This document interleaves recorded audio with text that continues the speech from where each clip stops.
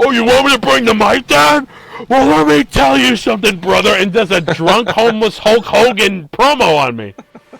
Next time, give it loud for everybody for Anthony Eugenio. We're gonna have a next time. Very funny. Wayne Russell, everybody. Welcome to the Open Mic Pain with Anthony and Wayne podcast.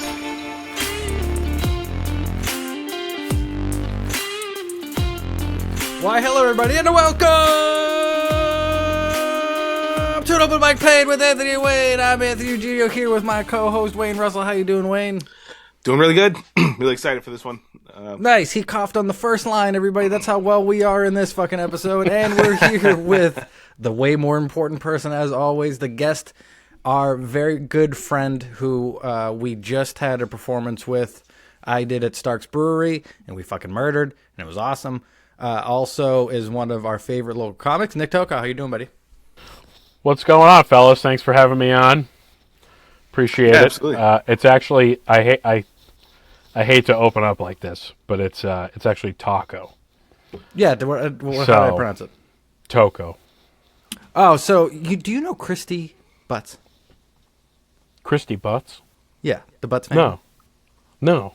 You don't know Christy Butts? No. She should said I? you're like her brother. Uh-oh, Jesus.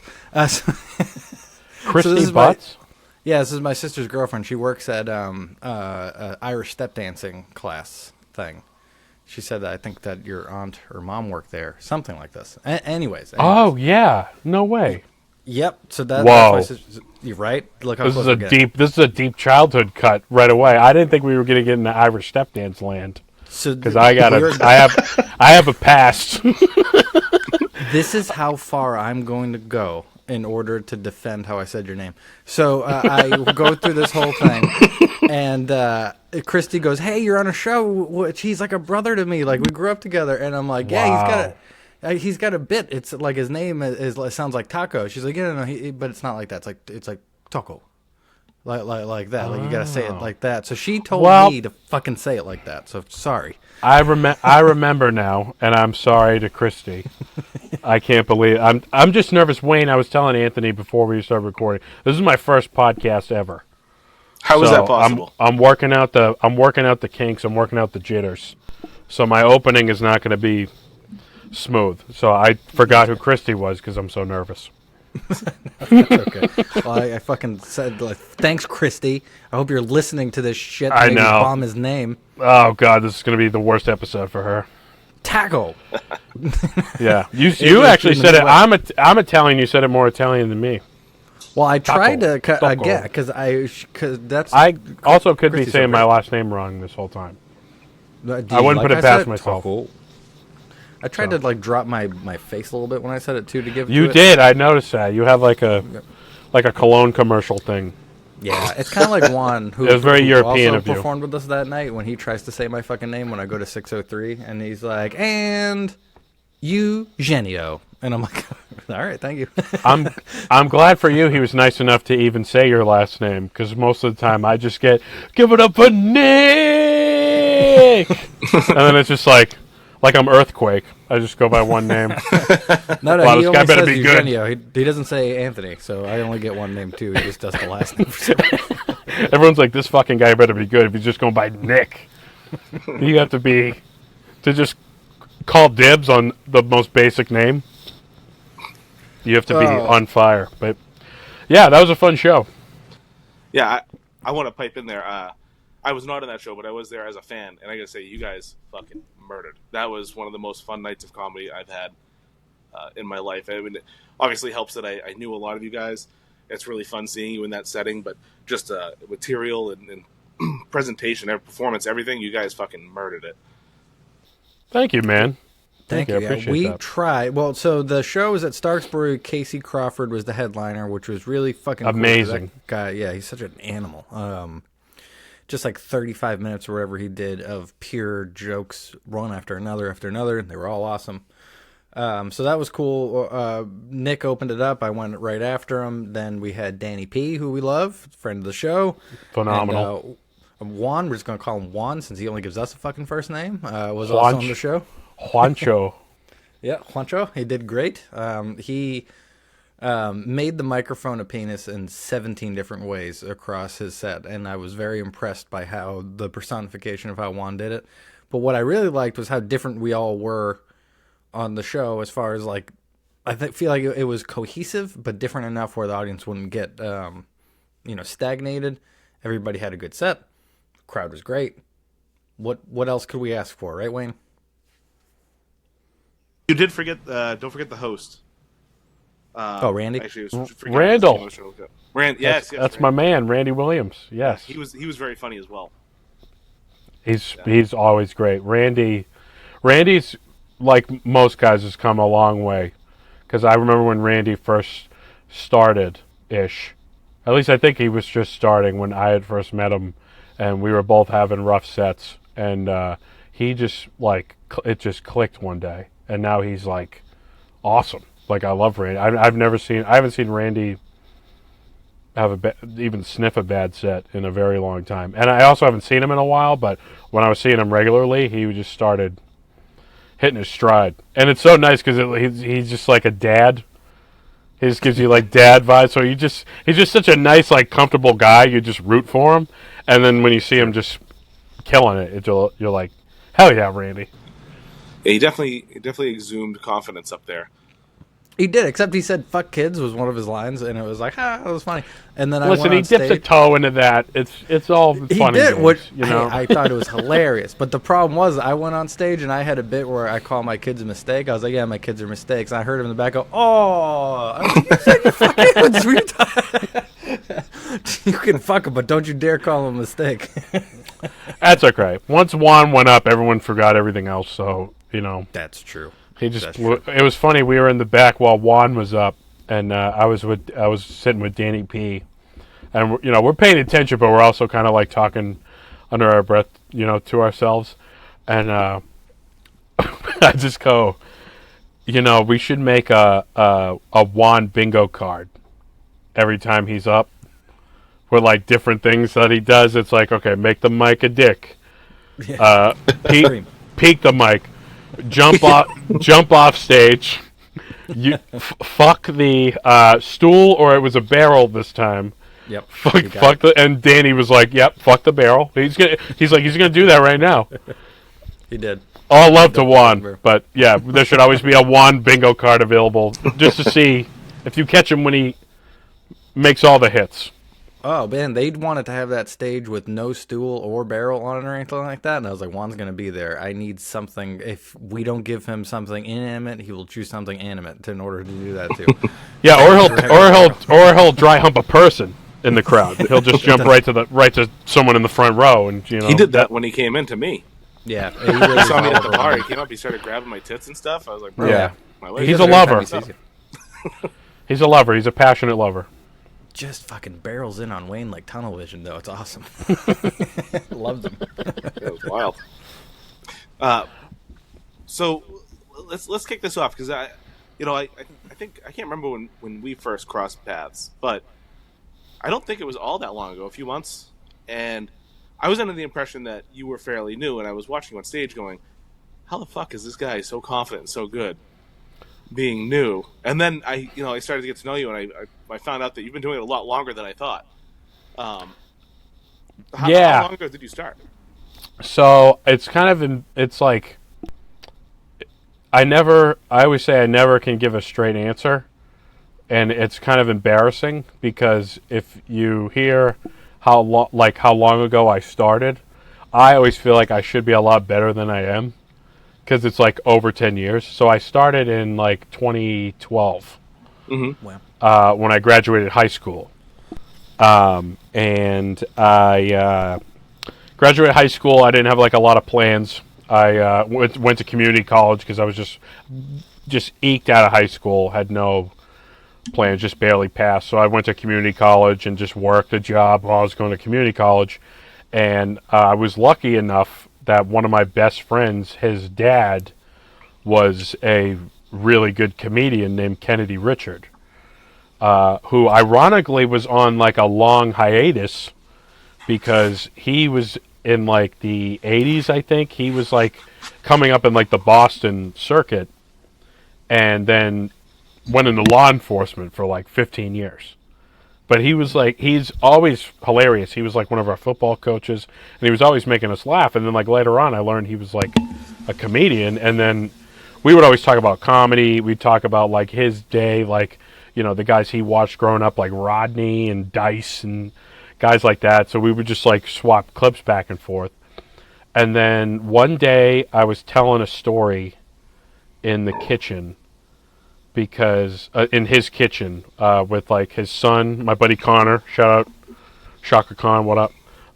It was him, his sister, his mom, and then like a couple other friends. It was like a gathering, and I was telling a story how recently I went to Six Flags with another buddy, and I got kicked off a roller coaster because I couldn't fit in the seat, and being like the obnoxious ass that I am, I can't just tell the story. I gotta like build it up and, you know, do all this stuff and be obnoxious. So I was like telling this whole long story, how we like waited in line and all this shit. And I'm just telling the story in his kitchen, and he's just like sitting back just watching me. And he's like, I finish up and he's like, that's a bit. He's like, you need to do it. And he was just starting to do comedy again. Mm-hmm. So he was hitting like the open mics around there at the time in Londonderry, New Hampshire. So he just sniped me, and he was like, if you want to do it, come with me one night. He took me to a bar that doesn't exist anymore called J.D. Chasers. I always loved that name. That's a great like first set bar. Mm-hmm. J.D. Chasers. Like you can just feel the rats crawling underneath your feet, you know? You can just smell a place like that from the name. Ooh. And he took me to J.D. Chasers in Hudson, and it was just you walk in, and it's just like 4 walls, pool table.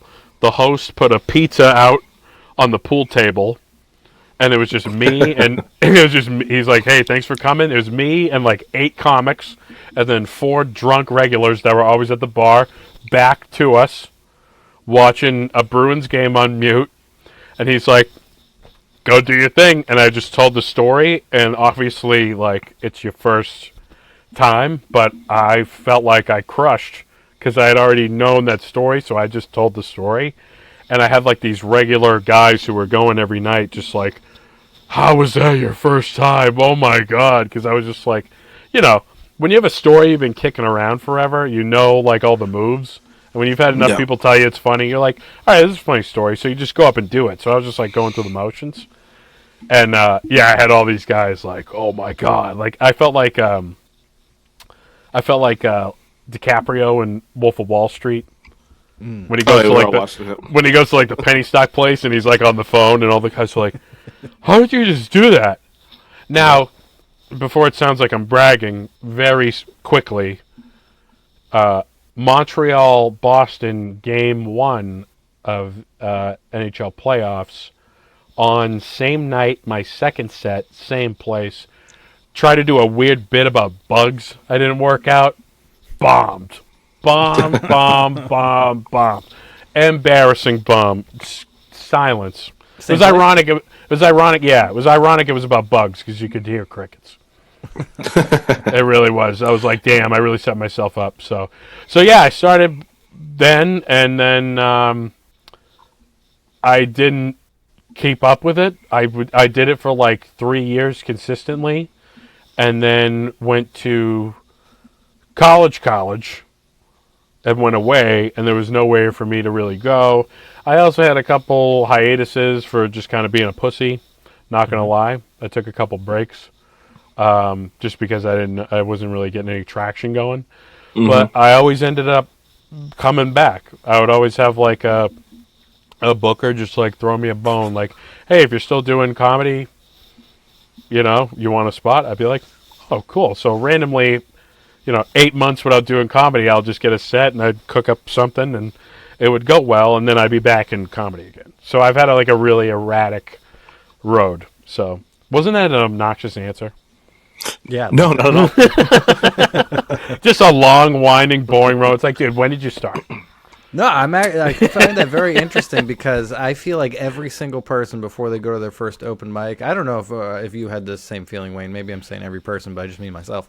You have that like I'm gonna fucking crush it feeling where you thought because before you go to your open mic, it's like when you write your first album as a band. Like you've been writing these songs your whole life up to this first album. So me and Wayne have been talking about jokes for 10 years, basically, maybe more before we went up there to try them. And then I ate so much shit. I was so confident when I went out. Every joke, I was like, oh, you didn't like that one? All right, maybe that's not your style. I'll give you a different one that I know is going to work. It's still shit. The microphone cord came out of the microphone because I didn't hold it. Oh, that's the best. Idiot. Yeah, so all that happened. And then a lady who had... See how quickly I transitioned from le to lady with blue hair. So that was the lady. She was very mad at me. You're turning like Roman Italian, like in front of our eyes. It's unbelievable. I am. Yeah, exactly. You're going to be on the boat and everything. Yeah. Well, you know who told me from One Broadway? Aaron. He said he taught me the term "wop" for the first time. You guys ever heard that? Great word. Yeah. Yeah, well, Great because word. the idea was that he was trying to say was, they got the wet ass pussy song now. What if you went back and said like back in my day it was WAP, which was without papers or some shit like that. Yeah. I just learned that's what it was. I thought it was the music. Like you had like the greasy hair, like the greasy black hair, and like Sinatra. It'd be like do wop wop. So stupid. Yep. So stupid to think that. But I always thought that was what it was. I didn't know it was an acronym. I guess it's Italian specific, and I am not Italian, so I think that is where why I can't do it. But well, I'll give you the WAP pass. Ooh, WAP pass. Ooh, I'll give you the WAP pass. And ironically, Italians are just white people now, but we have the best sounding slurs. Yeah. We have Guinea, WAP. Dago, it's all like hard consonants that are fun to say. They're the best. Greaseball. Anything with a ball. Oh, dude. Like if you lined up a bunch of South Koreans, not the North Koreans, but if you lined up a bunch of South Koreans and you and they didn't speak English or anything, and you were just like said all like N-word and you said them all out, they might, when they hear the Italian ones, go, "Oh, that doesn't sound good." Because you're right. Yeah. Like, Guinea. Somehow that sounds worse, but it's about a white guy. What ass pussy? Yeah, it's just like the English language. You just like to say it, but yeah, the Italian Justice League is going to come after us. We better stop. Yeah, no, or whatever the League of Italians or the Italian NAACP. They're gonna get after us. I don't need that kind of heat. I think Shane Gillis has a joke which I love, which is Italians are the last race that you can fucking make fun of because yes, yeah, so true, so true. You know who thinks I'm Italian was have you ever done Strange Brew? Me? I thought you were. Oh yeah, most until people, just most now. Yeah, exactly. That's why you said my fucking last name wrong. How could you? We're compadres. No. Portugal, we say it weird. You could have wrote that. You could have wrote that up. I know. I just don't want to be seen as Italian, which is sad. See, that's the thing. You don't want to be phony. Yeah. You want to be what you are. But what were you saying? I'm sorry. I don't even remember how much I hate. Said who thought you were Italian? Have you ever been to Strange Brew? Is what you said. Oh yes, Strange Brew.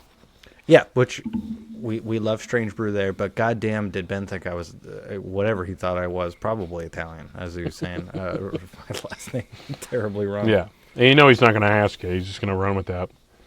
Yeah. Well, yeah, 4 times. He'll run with it 4 times. Mm-hmm. 4 times. Say it wrong 4 times. He always called me Nick Tocco every single time.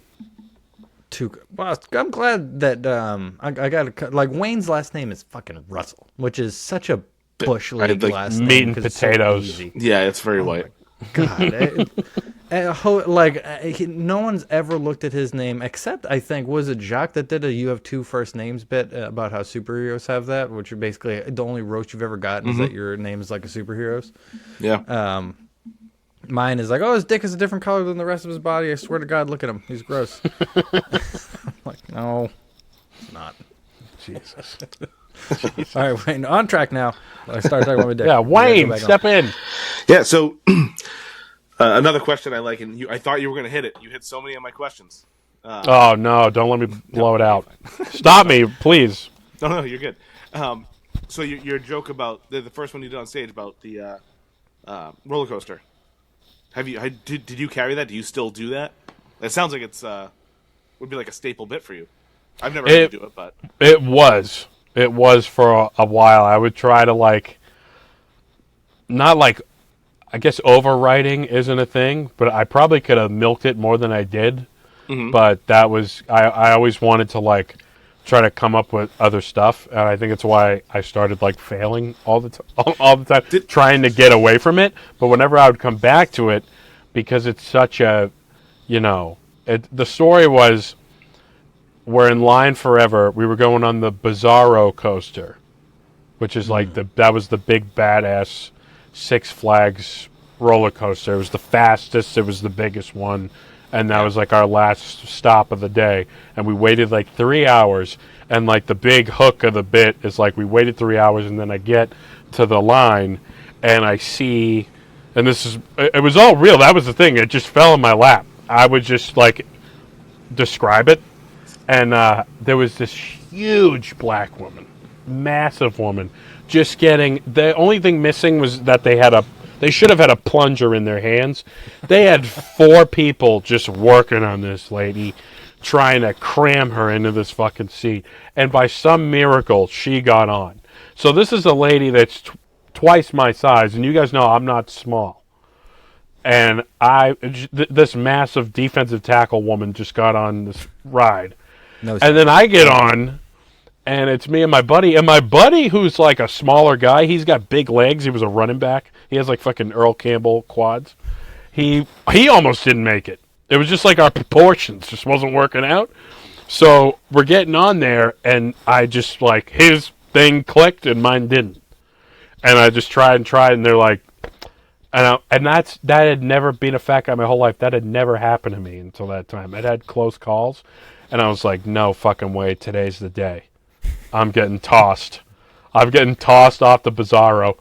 So they ask us to walk off, and I'm walking off, and I'm like, no, there's got to be a way. And I literally walked on to like the platform where they were doing the controls.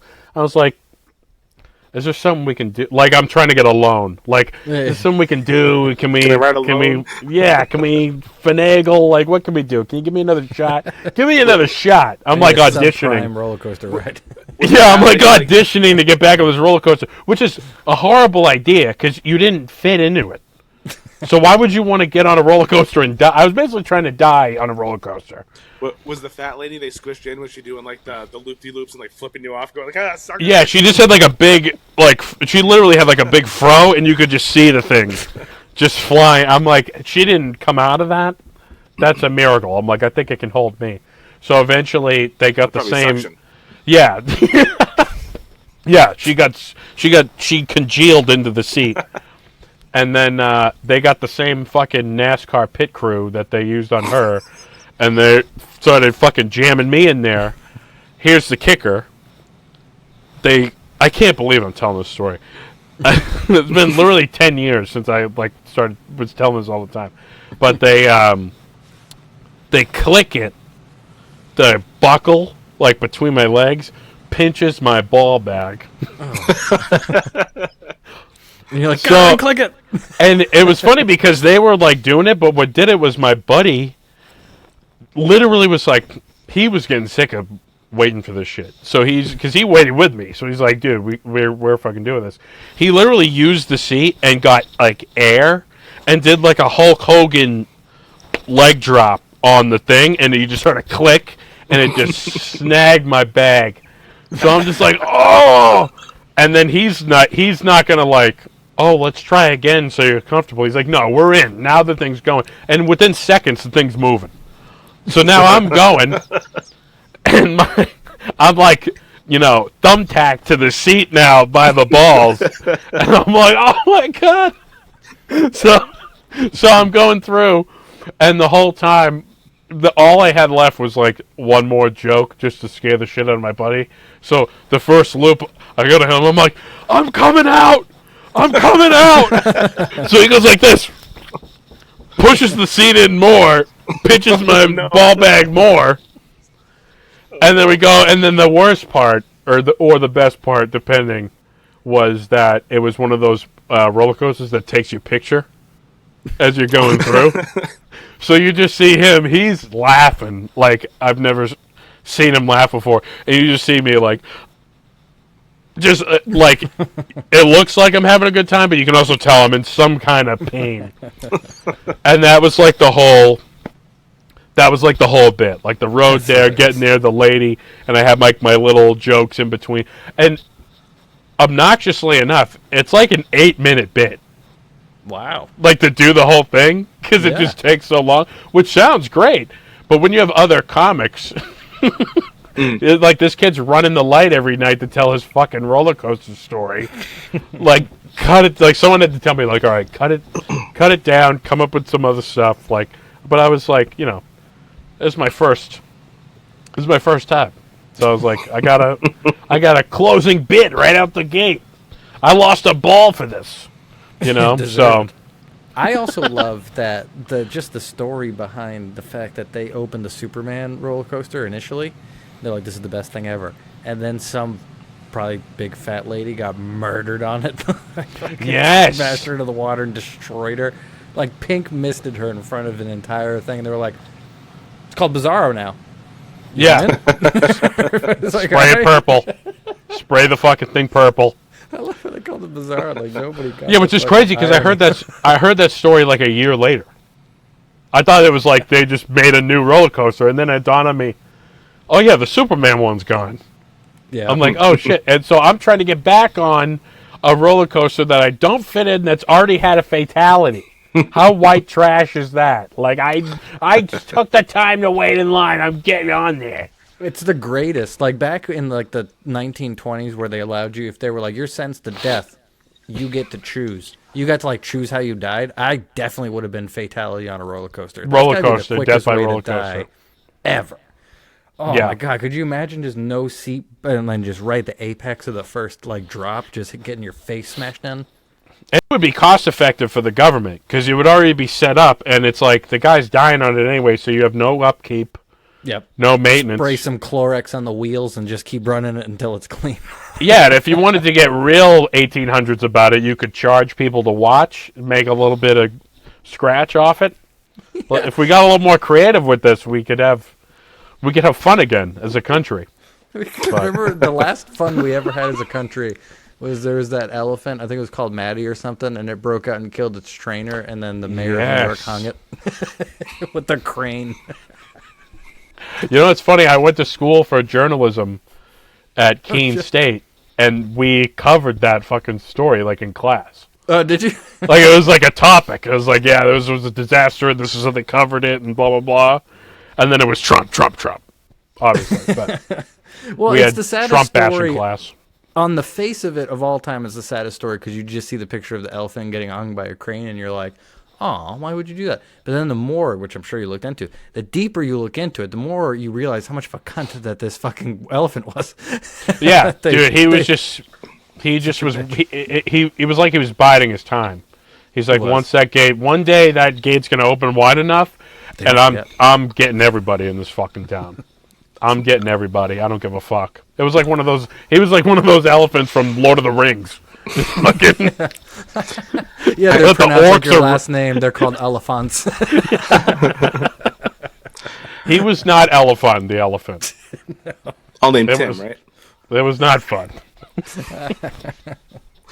I have in my joke notes. I have a note for an elephant. There's a story. I think it was in Africa. This woman was like mistreating this elephant. So one day it snapped and killed her, and then ran away. The next week they had her funeral, and the elephant showed up and just started fucking up the body. It was like, fuck you again. Oh, dude. Yeah. It's, say it, an elephant never forgets. What did she molest the elephant? I don't know what she did, but... That lady molested the monkey. Remember that monkey that got molested by the lady and then it ripped off her friend's face off?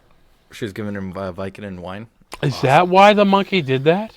Yeah. She was fucking the monkey, basically. They never said that she was, but she was giving it Vicodin and wine. Is this the same lady that was on Oprah? Bed. Yeah. Well, that's her friend with the face off.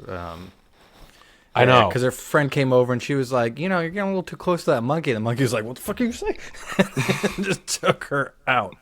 And then she called the police and she was like, you're probably going to have to shoot my monkey in the face because he is not going to stop. And Damn. yeah, they took him out. I didn't know there was monkey rape preceding that. Because Well, she got scooped. I mean, she got really mangled. Didn't she pass away recently? Yeah, she did. But I mean, fucking. I remember that coming What a back into run. the news cycle. Yeah, she. Oh my she God, got that 30 horrified extra years me. after that. Yeah, that's why my friend, my old roommate, he would always tell me never trust a monkey ever. Not just because of that, but he's like they're too close. They're like everybody thinks they're cute because they look close to us, but you fucking idiots, it's the next thing in line. It's the lieutenant to the colonel. It wants our spot. Yeah. So we should eradicate the monkeys. Why do we even have them? What part of the food chain are they essential for? We're just They're keeping a threat to us waiting in the wings. Yeah. Have you seen Nope? Yes, I have seen it. Exactly. That's what happened to that lady, basically. Notice there's not a lot of monkey cuteness in the media right now since that movie. Yeah. Well, especially They used to be the go-to. and they have dick rip-off ability. There's not a lot They of do things that that a can lot. rip your dick off. Monkeys will fuck you up, man. They'll rip off your genitals. They'll go to like warring tribes and take the baby monkeys and smash them against trees and shit. Like they don't give a fuck. Yeah. That Chimp Empire is a fucking awesome show. I love that they like ingratiated themselves in with the chimps, and then the chimps are, beating off a lot less than I thought. I mean, they have 96 hours or something like that, and they only got 4 of them in the show. So I bet like 91 of the hours they're like them beating off. so much. To be honest, they started making me feel bad about myself because I realized I beat off more than a lot of these chimps. I thought they would be putting up numbers. They're actually gentlemen about it. My mom had a monkey in Brazil. She had one of those spider monkeys and all that stuff. And she's like, well, I had to get rid of him because he would always climb our tree and masturbate into my sister's window. He's just shooting ropes through the fucking window. And Yeah, they take look that. at you while they do it. They make eye contact. They're not like fucking like a slow person's got to look at your shoes or some shit like that. They're fucking looking right at you while they're doing it. He was the Dice Clay of fucking spider monkeys. Yeah, take the banana juice. Guys! Yeah, I think he fell from the tree and hung himself. I think that's how the monkey died, actually. I'm a spider monkey. She's a hooah. Guys! I remember seeing a video a while back of a gorilla in a zoo, like with his ass facing the crowd and then just looking over his shoulder and just fingering his ass. They just, that. they're real wild cards. Yeah. Yeah, you're not supposed to make eye contact with gorillas. My brother went to a zoo in Franklin Park. No. Caused a whole ruckus. Because they were like, the guy's like, make sure you never make eye contact with these gorillas. And my brother was like, Yeah, it's the first thing you do. It's the first thing you do. When you say that, you can't not. I mean, they're a marvel of an animal. And then what about them looking me in the eyes?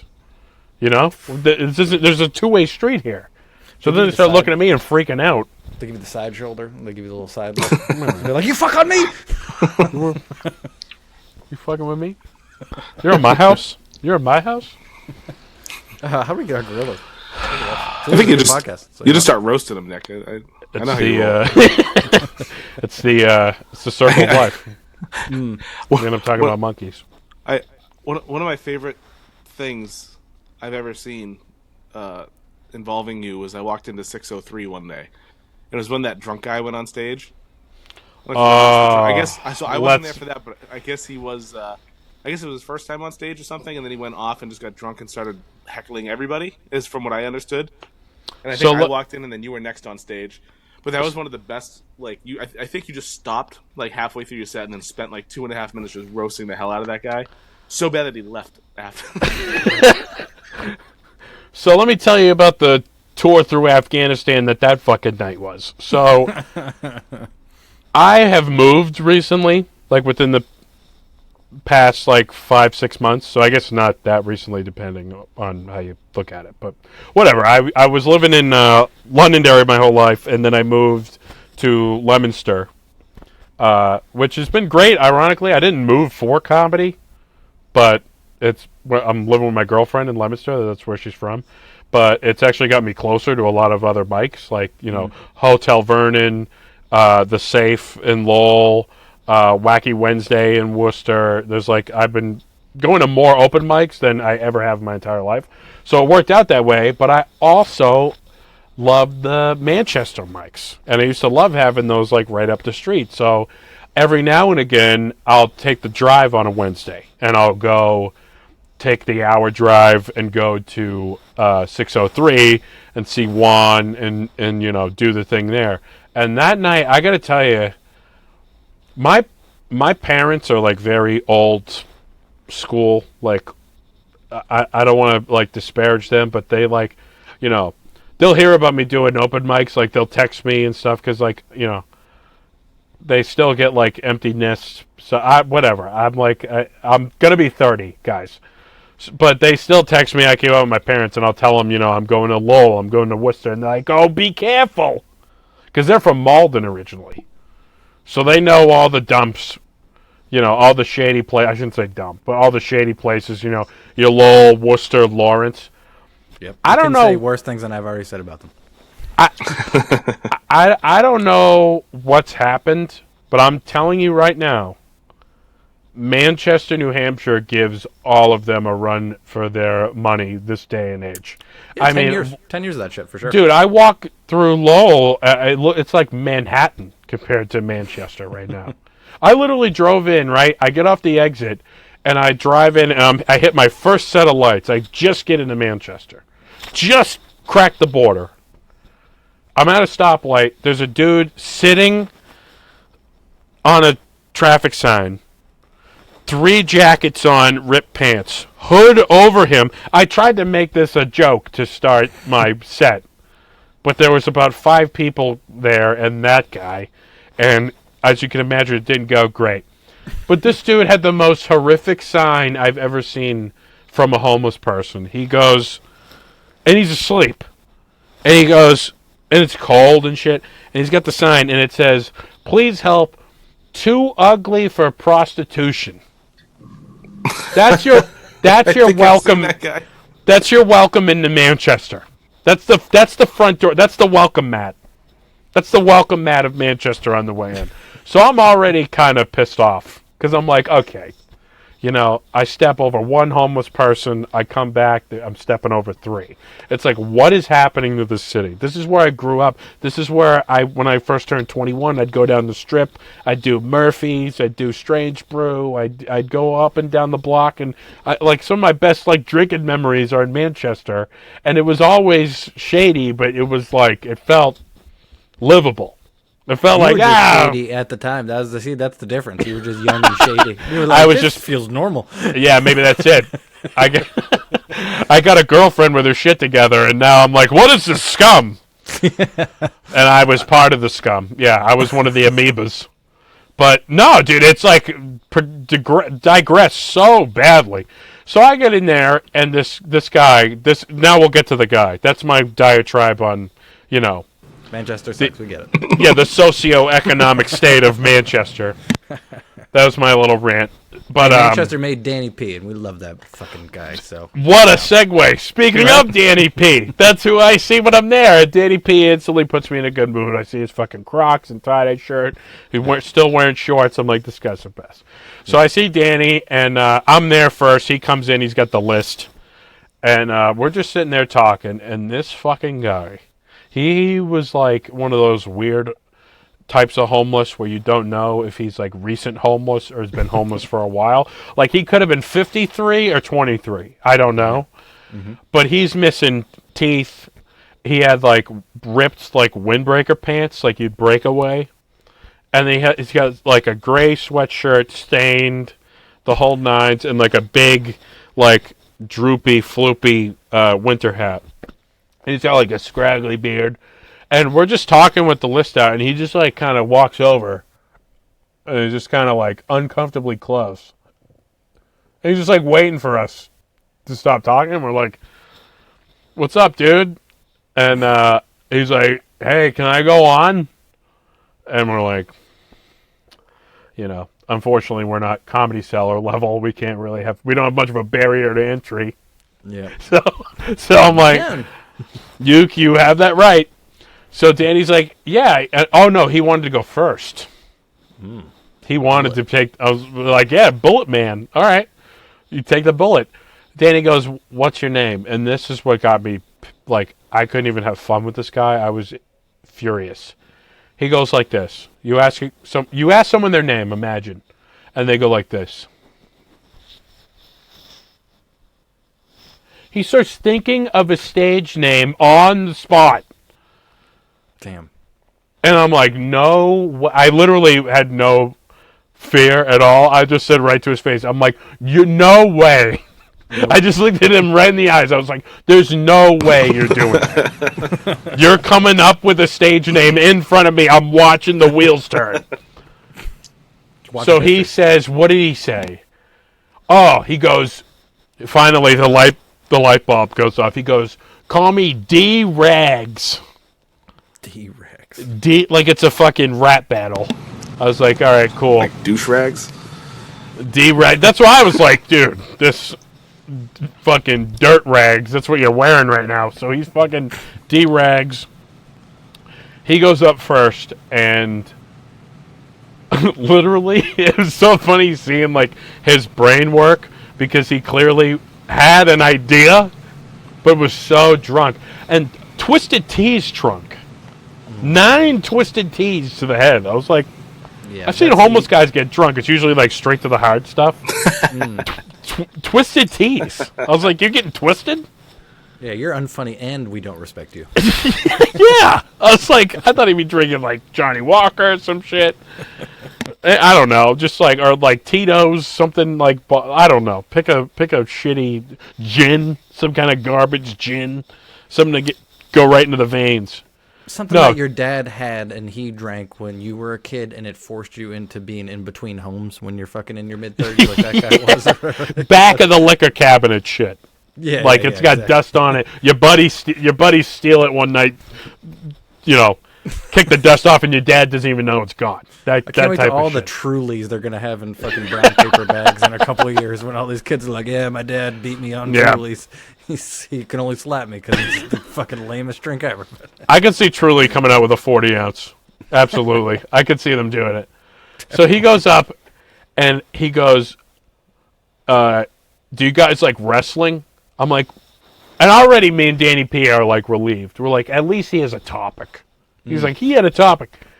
Immediately fumbles the bag. Like, and we go, yeah. He's like he didn't think he would get that far. He's like, oh shit. He literally goes, oh shit. And then there's like silence. I'm like, this is the longest 5 minutes of my life. So then he goes, then it's like drunk mumbling, and he's doing it right into the fucking microphone. Like peeking, echoing. Like peeking the mic so bad. So I'm trying to be nice. Still, I have no right to be nice. I shouldn't be nice. But I'm still trying to be nice. So I'm in the back like a fucking dance mom, trying to direct him a little bit, and I just go,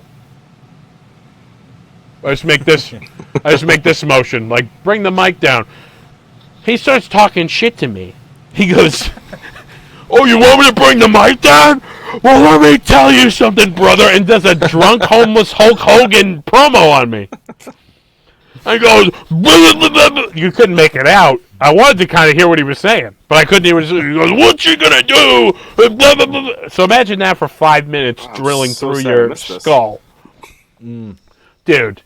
So I'm furious. Because I just had to listen to that. And on top of it, he's yelling out during everyone's set. Mm-hmm. He's yelling shit out in the middle of a punchline. Like, stepping on punchlines all night. So I'm like, there's no way. And in the midst of all of this is Manchester for you. In the midst of all this, broken glass window on the side of the building. We're in the pits.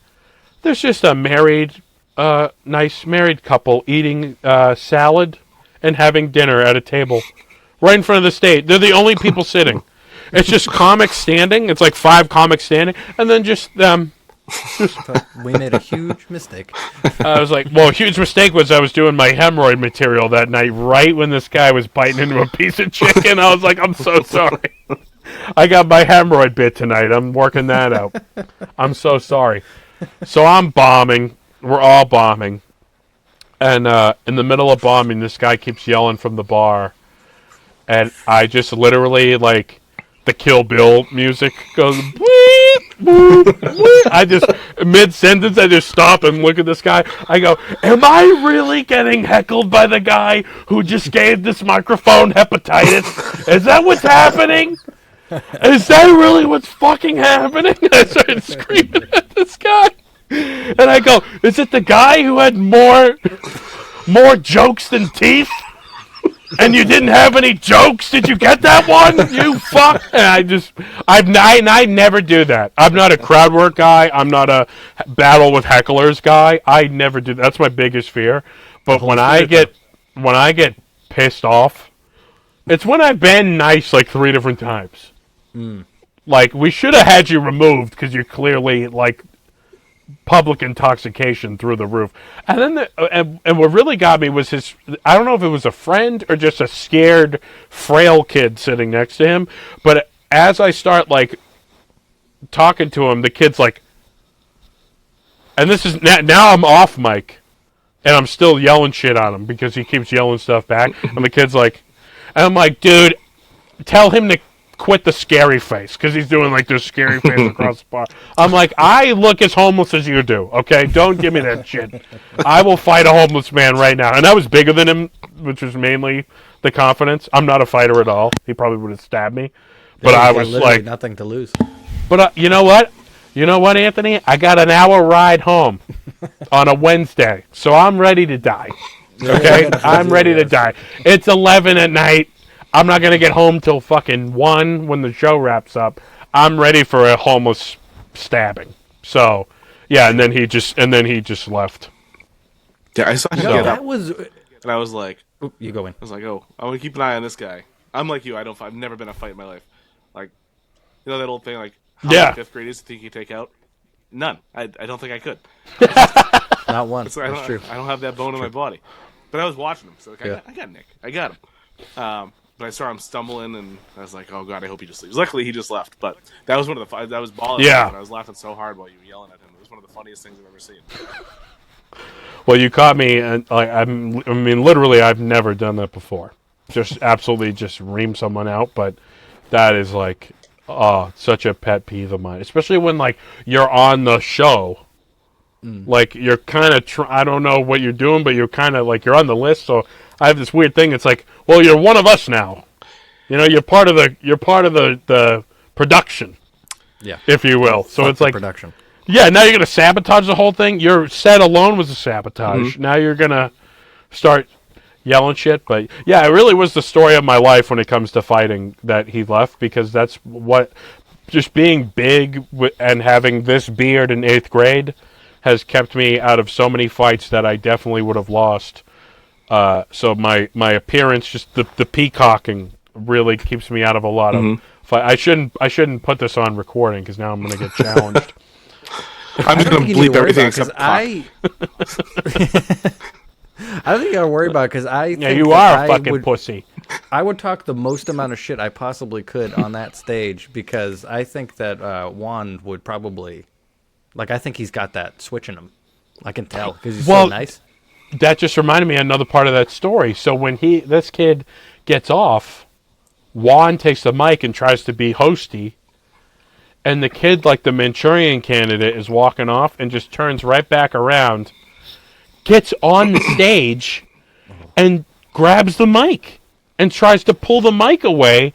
And I started, like, making my way to the stage. I was like, I'm ready to absolutely blindside this guy, because now you're fucking with Juan. I'm like, I can't. And then the kid just, like, exit stage left, like, ran. He didn't see me, so I'm not going to be like, I scared him off, because he didn't see me coming. Maybe he heard me. I don't know. Heard the footsteps. But no, he just, Juan just pulled it back away from him, and he just exit stage left. He's like, oh, I need another Twisted Tea, and dipped. I'm low. I just realized. I was like, dude, D-Rags, I hope D-Rags is in a pit right now. That guy sucks. That guy sucks. He's like, you Woof. won. I don't have a house. And you're like, Yeah, and no. here's another thing. He shouldn't. He shouldn't have one. So There are some people that don't deserve houses. Let me put that on the record. I'm Anthony Eugenio, and I approve this one. I'm coming back to D-Rags. So I have a question for you. Does he have an OnlyFans? Does he have an OnlyFans? I mean, if anyone needs it, it's him. So being in the scene for 10 years, give or take, and then seeing someone like him, which he's probably a little bit of a different exception, just based on his inebriation and all that, probably his state of life. But have you seen with the newcomers coming on board? Are you seeing like a different type of newcomer? Like, I'll kind of explain it like this. Do you see like a lack of respect for the art with some of the new people? Like I've been to a couple mics recently where, I won't name the mics because I don't know if people are taking it more serious now, or whatever. But I was at one mic where this girl went up and she literally did Yo Mama jokes. I was there. Okay, yeah. So yeah. Was this at the safe? Yes. Yeah. But Yeah, she was. Yeah. Oh yeah, you were there because I remember you were actually yelling out to her.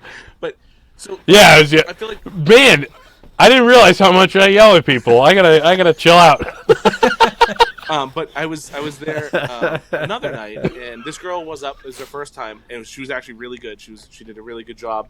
But the entire time before that, I didn't even know she was a comic because she was just talking to her, like right up front, talking, blah blah blah blah. I like when me and Anthony started, and it wasn't that long ago. We were coming up on 11 months or something.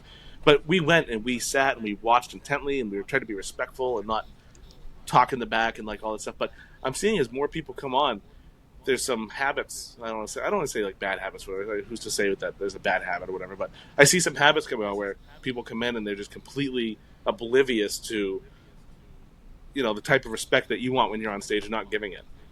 And D-Rag is you can call it that. He's a good example of that. But have you seen any shift? Has it always been like that, or is it shifting that way, or is it getting better somehow? Well, I guess the only thing I know, I almost have like two different starts. So like right now for me is almost like this past year or two, it's almost like I've started over, and I'm also like in a new scene now, as opposed to starting when I did like exclusively in New Hampshire like a while ago. When I first started, it was more of like an older crowd. Mm-hmm. Like both in the audience and guys I was working with. And I don't know if it was just the time and place, but it was more like either guys who've been doing it a while, or it was like literally some guys would just be like a dad who needed a hobby and would be a comic, and he was a nice guy and he'd come up with a couple jokes. At least that's the vibe. I don't know if that's the case, but that was like the vibe they'd give off as a person. Wayne. But absolutely, yeah. See, it's just had its own genesis into you guys. Mm-hmm. Just same thing, different package.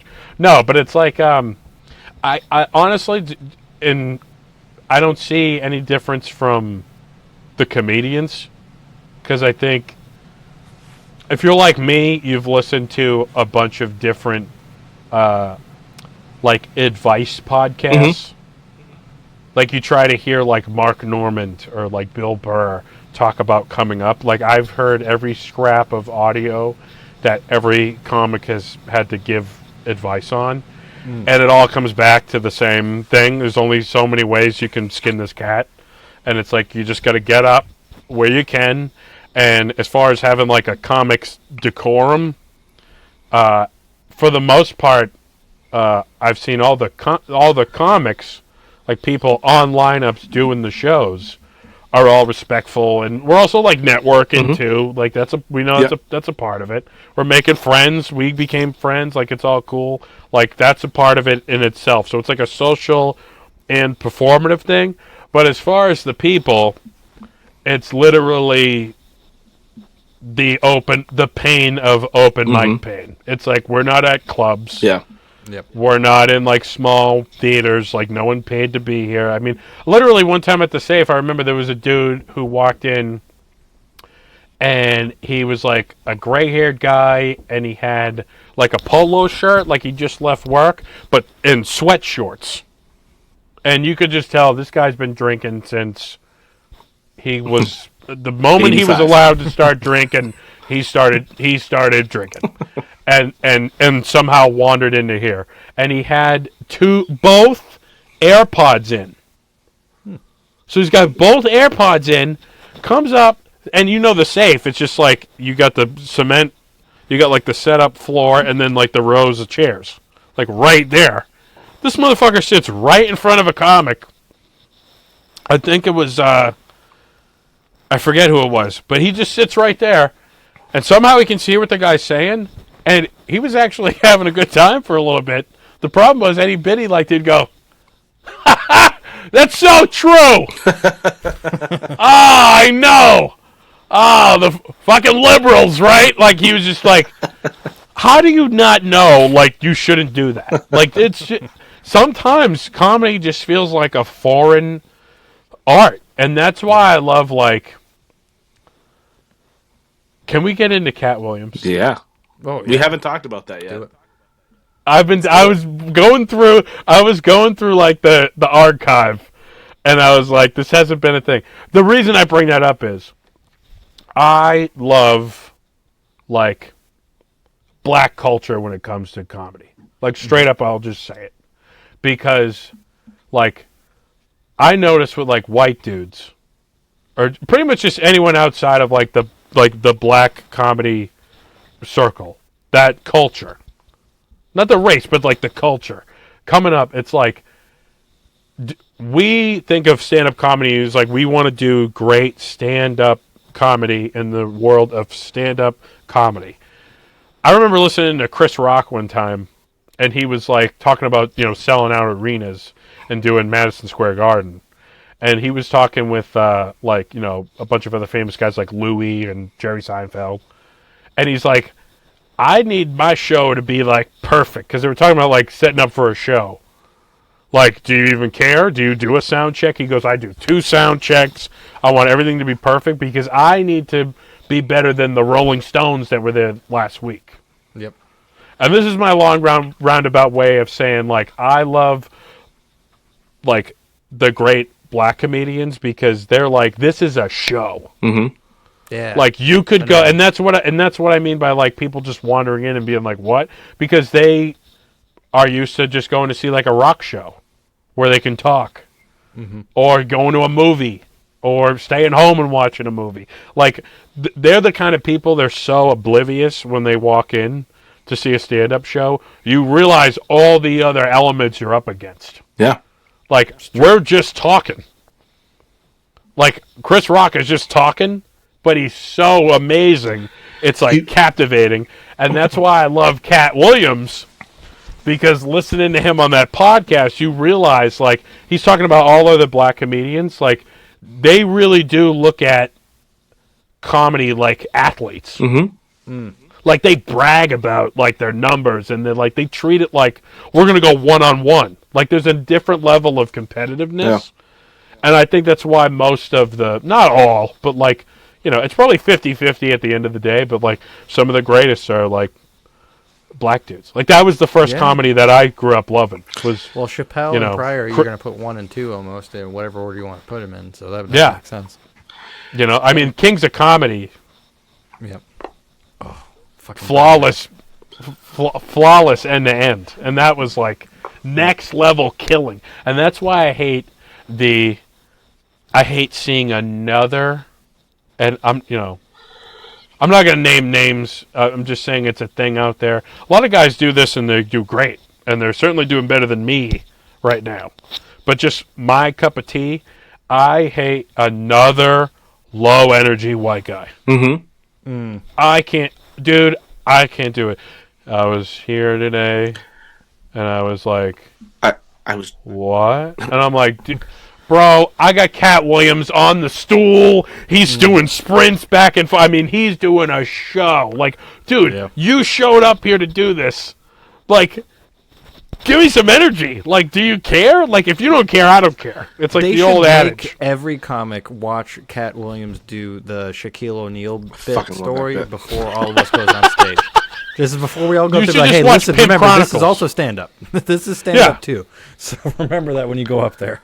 Yeah, it's always like, you know, I noticed that with, like, alt guys, or guys who think they're alt. It's like, it's almost like you are meant to feel like you're a hack when you provide energy. Mm-hmm.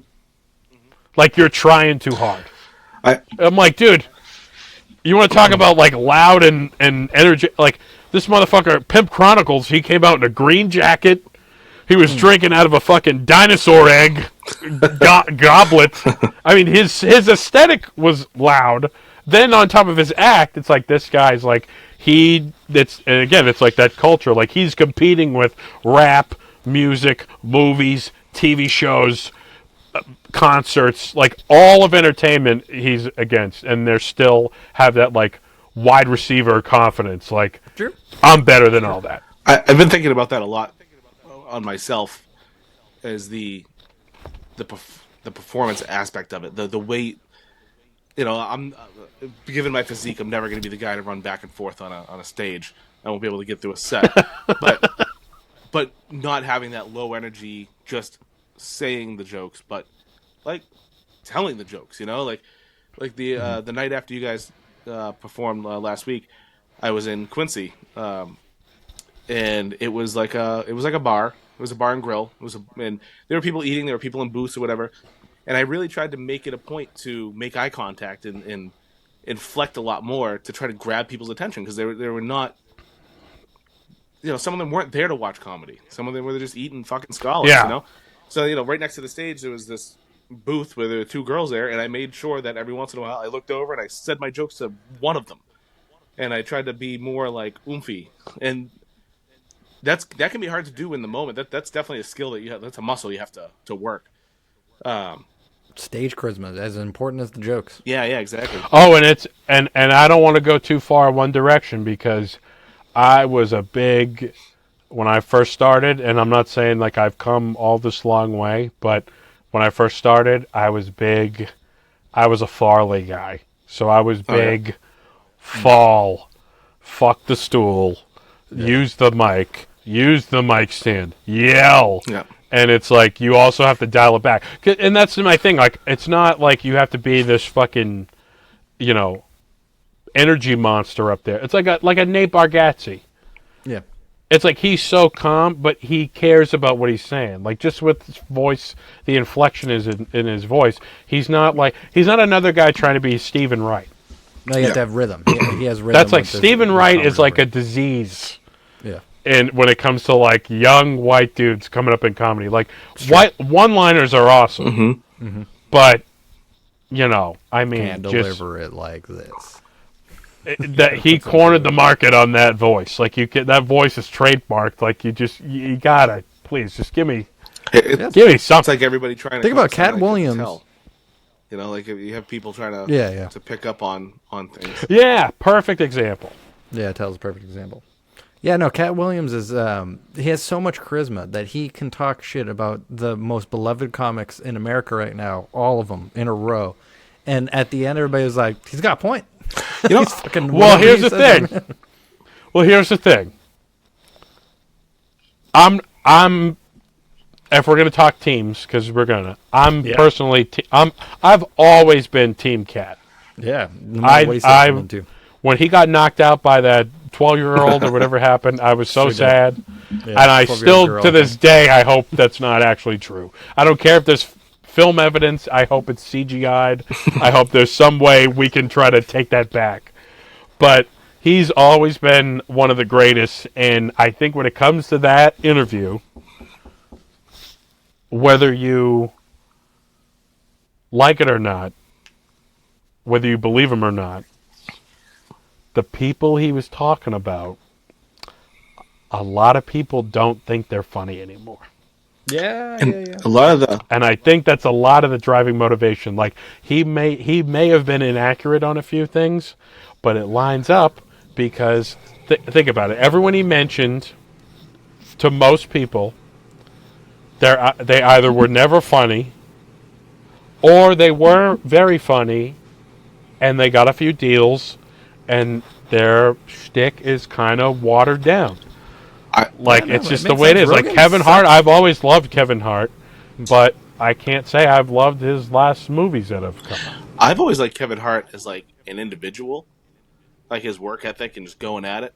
I have not liked a single thing he has done in entertainment. I've tried to watch his specials. I don't get it. His movies, I'm like, that's the same character from the last one.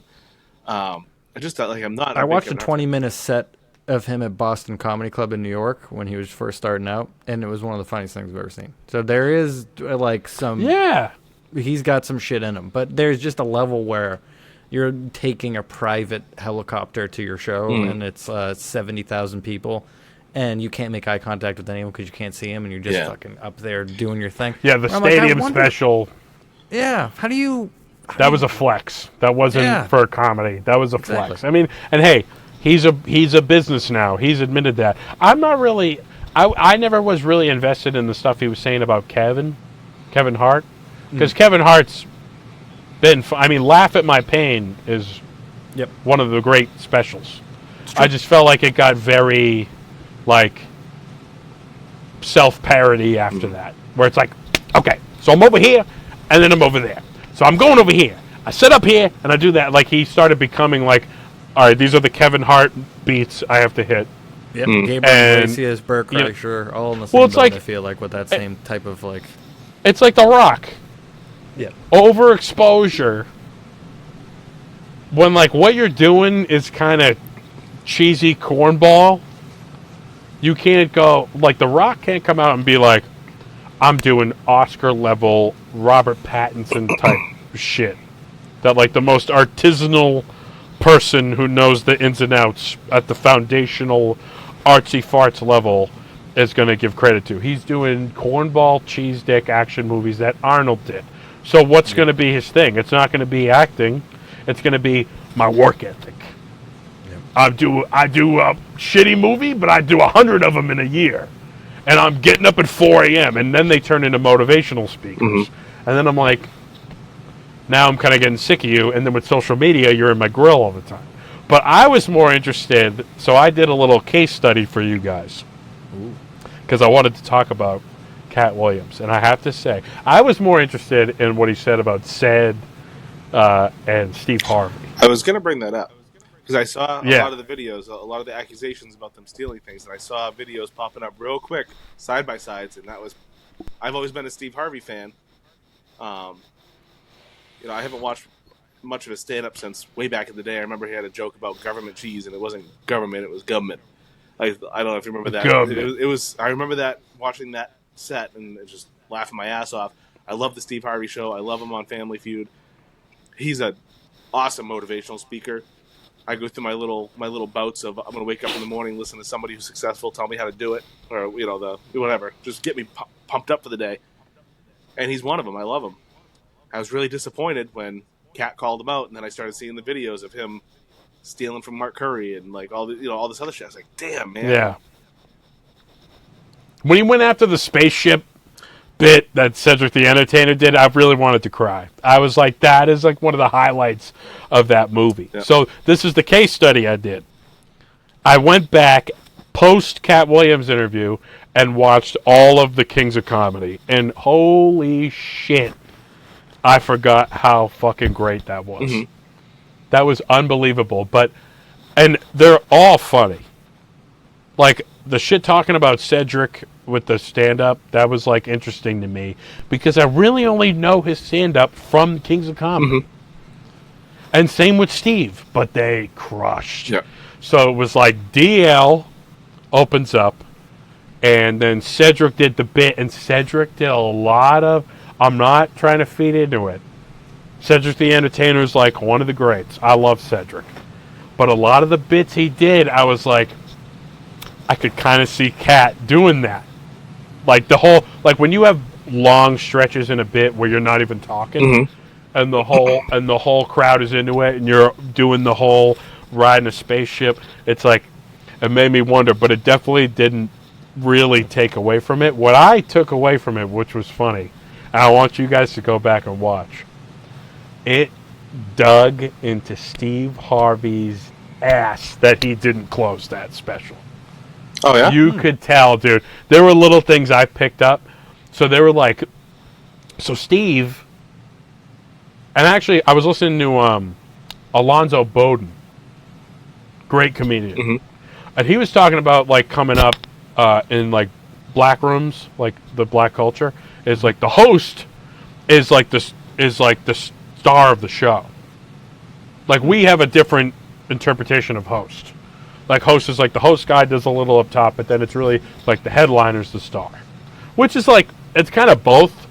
It depends on how you look at it. I don't know. Again, I don't want to get like all racial cultural, but Steve, there's a scene when they're, because it's a movie, it's not just a special, so they show them like doing radio and driving different places and like doing the whole run, and they're doing this big giant show. And then they get to the hotel, and they're playing poker in the hotel.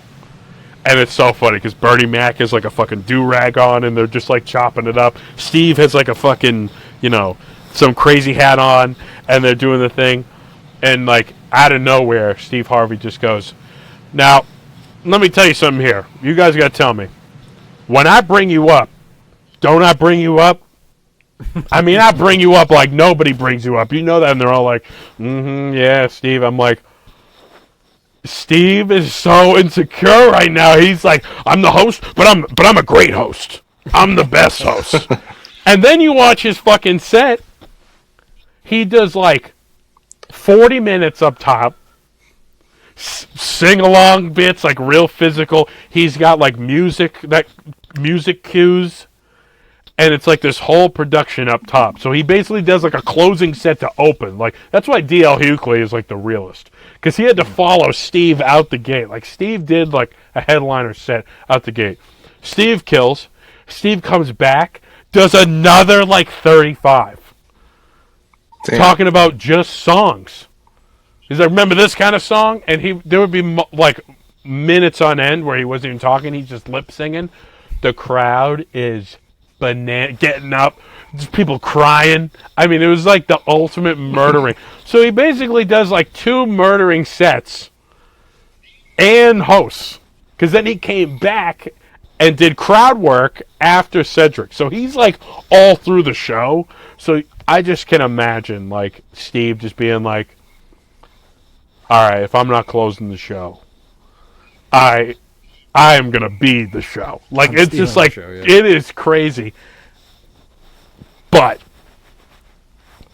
I'm watching this whole thing. I'm like, how the fuck did Bernie Mac, because I haven't seen this in a while. I'm like, how did Bernie Mac follow DL having a closing set, Steve having 3 closing sets with music cues and sing-alongs and crowd work, steals a guy's coat, makes a whole thing about it.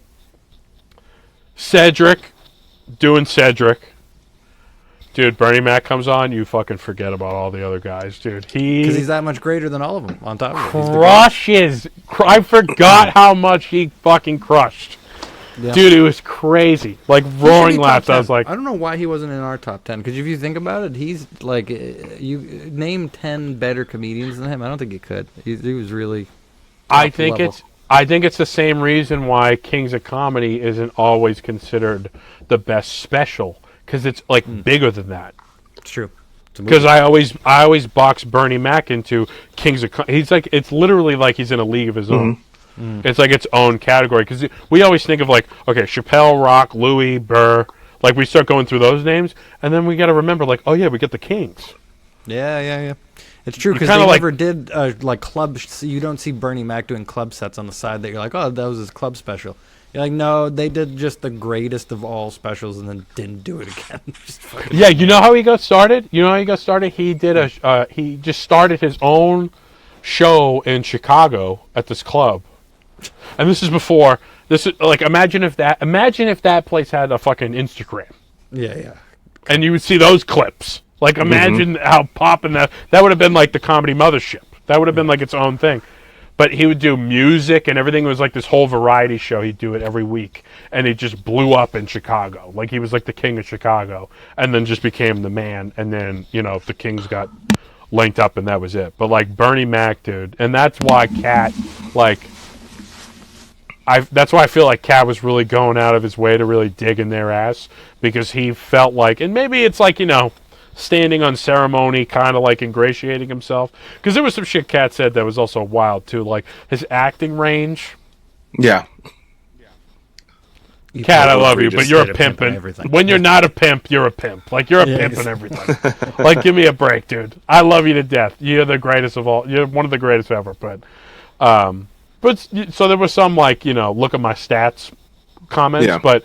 it kind of made me wonder, like, he really went out of his way to, like, defend Bernie Mac almost. Like, call them out in the name of Bernie Mac. And it was like... almost as he should, because... yeah, I got to respect that. Yeah, I respect Bernie Mac 100%. Well, Wayne, I think we're getting towards the end, right? Do you think we got anything else we want to do before we wrap this sucker up? Yeah, I do have one last question. So, as part of... I don't really normally do, like, New Year's resolutions, whatever, but since comedy's new to me, and I'm in my new year... one thing that I'm going for this year is I want to get out of my comfort zone with specials, and I want to watch 52 or listen to 52 different specials, one a week on average this year. So my question for you is, if you had to give me one special that you would think I may not have seen before, or maybe might be out of what you consider to be my realm of comedy to watch, you let me know what it is, and I'm going to check it out. Wow. That's a great Kings one. of Comedy, for one. Well, I was going to say that not included, because that is something that I'm going to have to go back and watch. I remember... that's a must.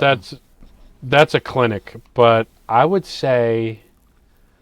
well, there's a lot of great ones that just came out. Like, I remember I'll just say the most recent one I saw was Big J. Okerson, Dog Belly. It's one I haven't watched yet.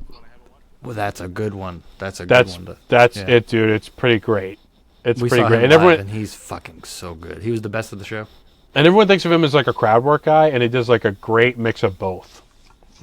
Like, he really is like a master. Like, so calm, collected. Like, he's great. And he sits the whole time. Yeah, we saw him at the festival back in whatever it was, and Bert Kreischer's festival. Yeah, it was like July or whatever. Oh wow! And he was. I think he was arguably might have been the best.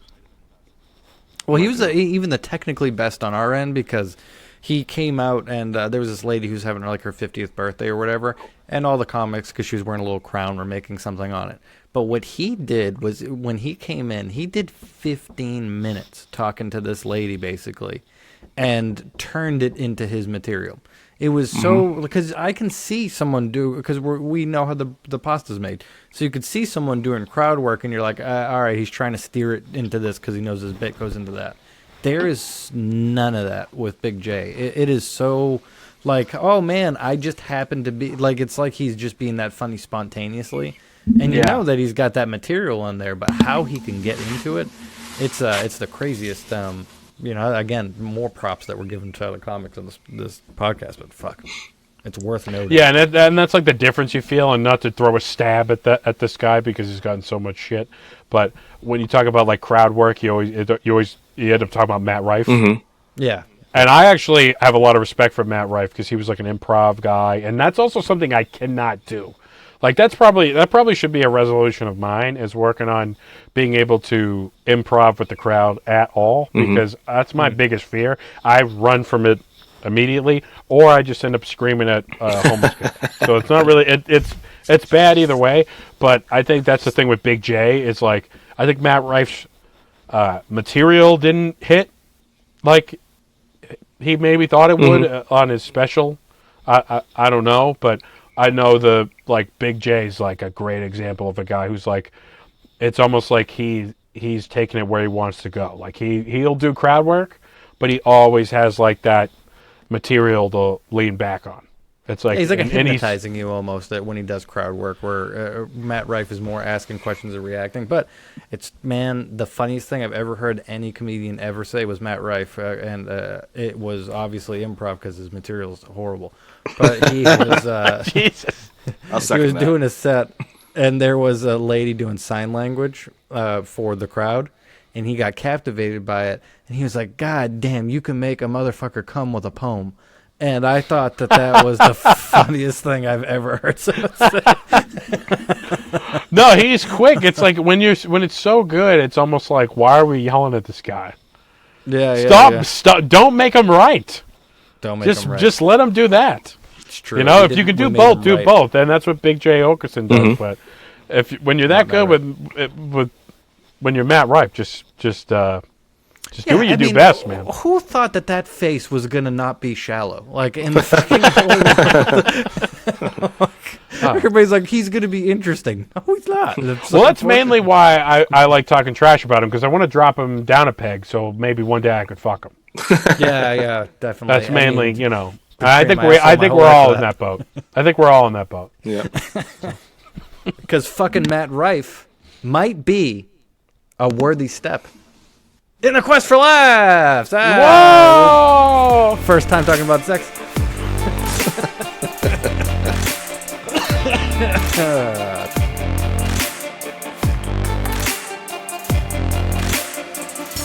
Am I really getting heckled by the guy who just gave this microphone hepatitis? Is that what's happening? Is it the guy who had more jokes than teeth? And you didn't have any jokes? Did you get that one? You fuck!